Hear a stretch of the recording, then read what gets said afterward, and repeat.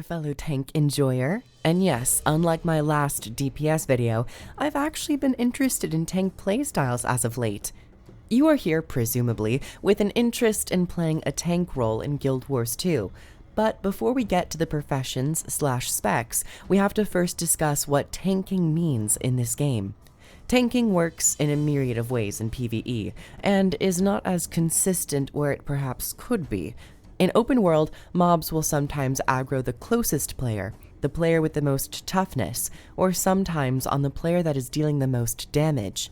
The condition, taunt, is only accessible on 5 classes, with there being exactly 4 abilities and 1 trait, and is only useful in its function on, I'd say, 2 of them, the Mesmer and the Revenant. These 2 classes have longer duration baseline taunts to allow the enemies to switch targets and stick to that target more often.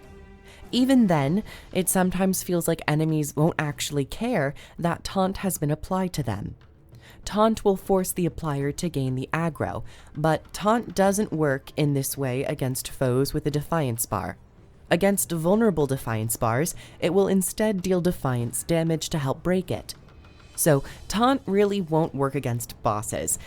And let's all collectively sigh.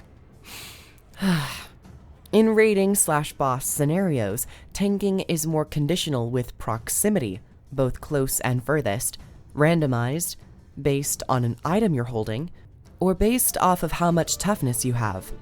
Toughness tanking was more consistent in raids, circa 2016, but has since been scrapped in more current encounter designs.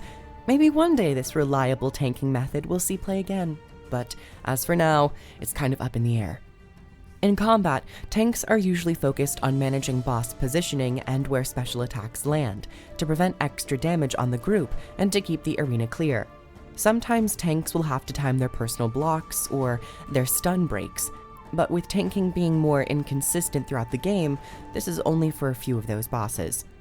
Aside from positioning, you can choose to either focus on being a damage dealer or a tank that offers more healing and supportive boons to the group via protection, stability, resolution, resistance, and even Aegis, especially if you're playing Guardian. Now, without further ado, let's get to the meat of this video, the classes! Let's start with the warrior. We're going to talk about the Spellbreaker. Spellbreakers are the most bruiser tank option available to warriors, and adds a blocking skill to their profession mechanic known as Full Counter. Full Counter can be outfitted with various effects through their traits, adding elements such as applying Slow and Cripple, granting the Spellbreaker protection and resistance, and even increasing its damage of the attack.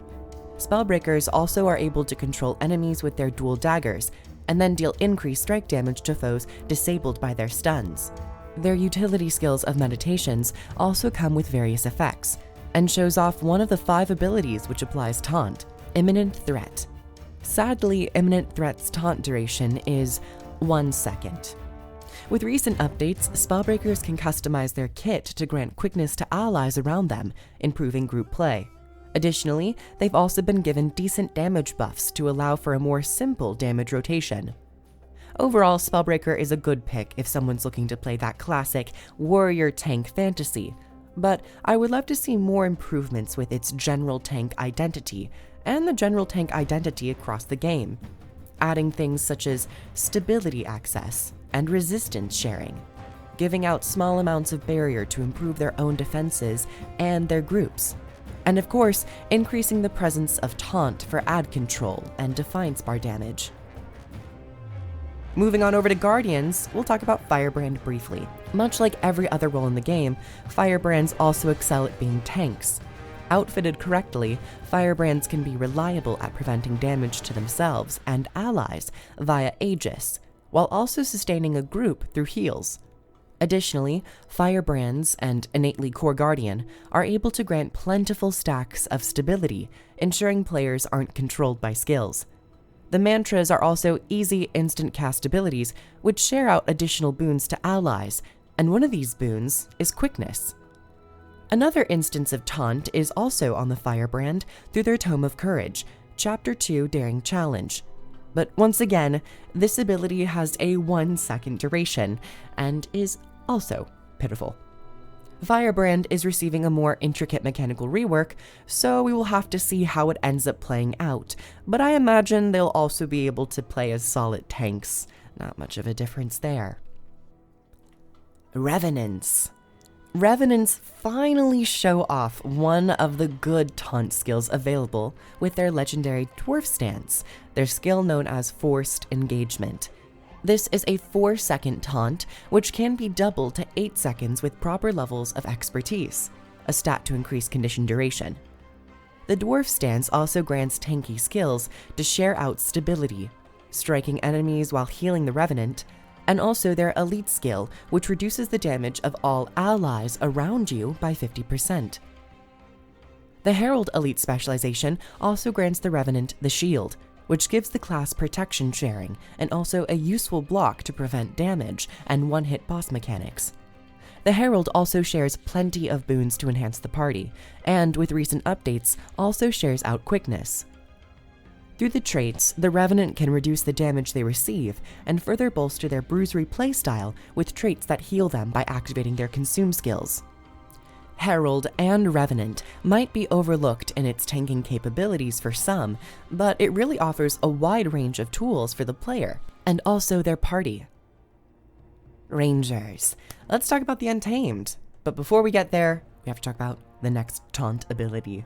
The Core Ranger shows off another taunt skill through their trait, Beastly Warden, causing your pet to taunt a foe for 2 seconds. Once again, really sad when they use their F2 ability. Aside from this, the Untamed offers more bruisery options for the Ranger, and the new Hammer weapon hones in on this theme.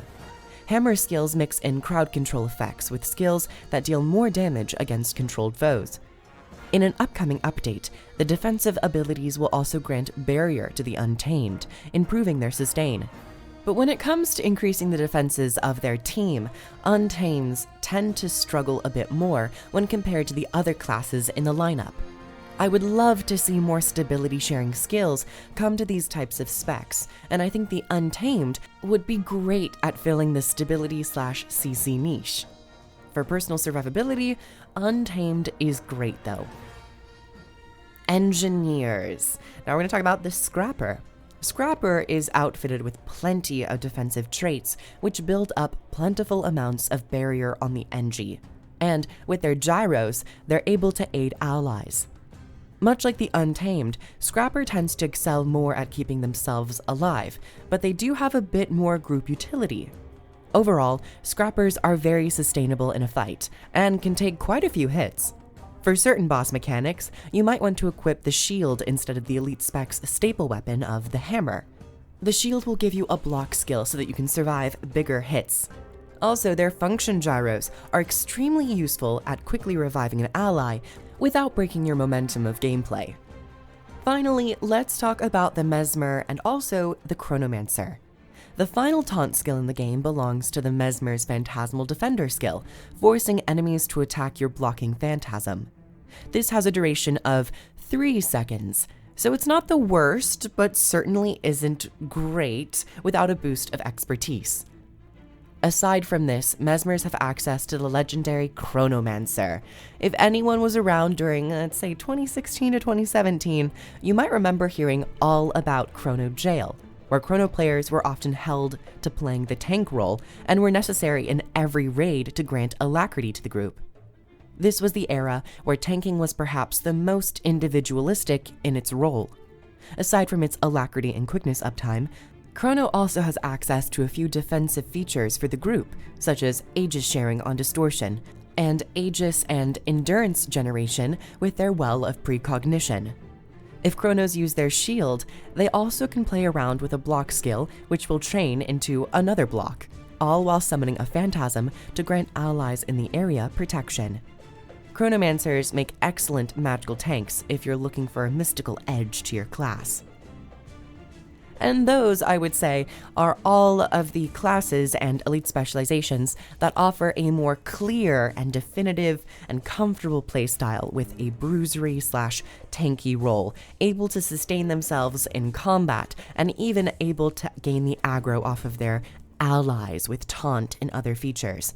Once again, you can play a more tanky playstyle with any of the professions in Guild Wars 2. Hell, you can play a very tanky Weaver Elementalist by building up a bunch of toughness and vitality.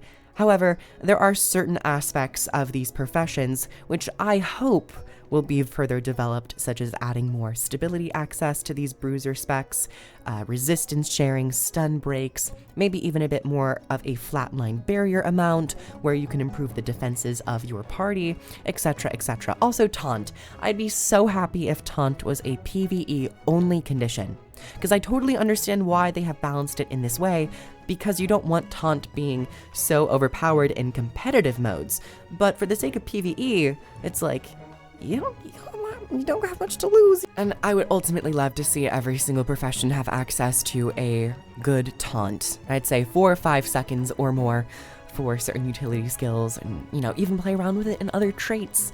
And for the competitive side, just flip-flop taunt to slow or weakness or some other controlling condition.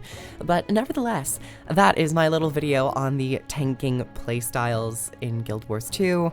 This one is a little bit less of a guaranteed role in endgame, which is a bit sad for players who want to play a tank, but you do have some areas in which you are useful.